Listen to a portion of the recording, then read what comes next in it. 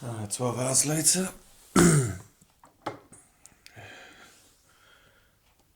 No water. No water. All bone dry. Still, the hose that is attached to the fuel line. Fuel line just so happens to have water. There we go.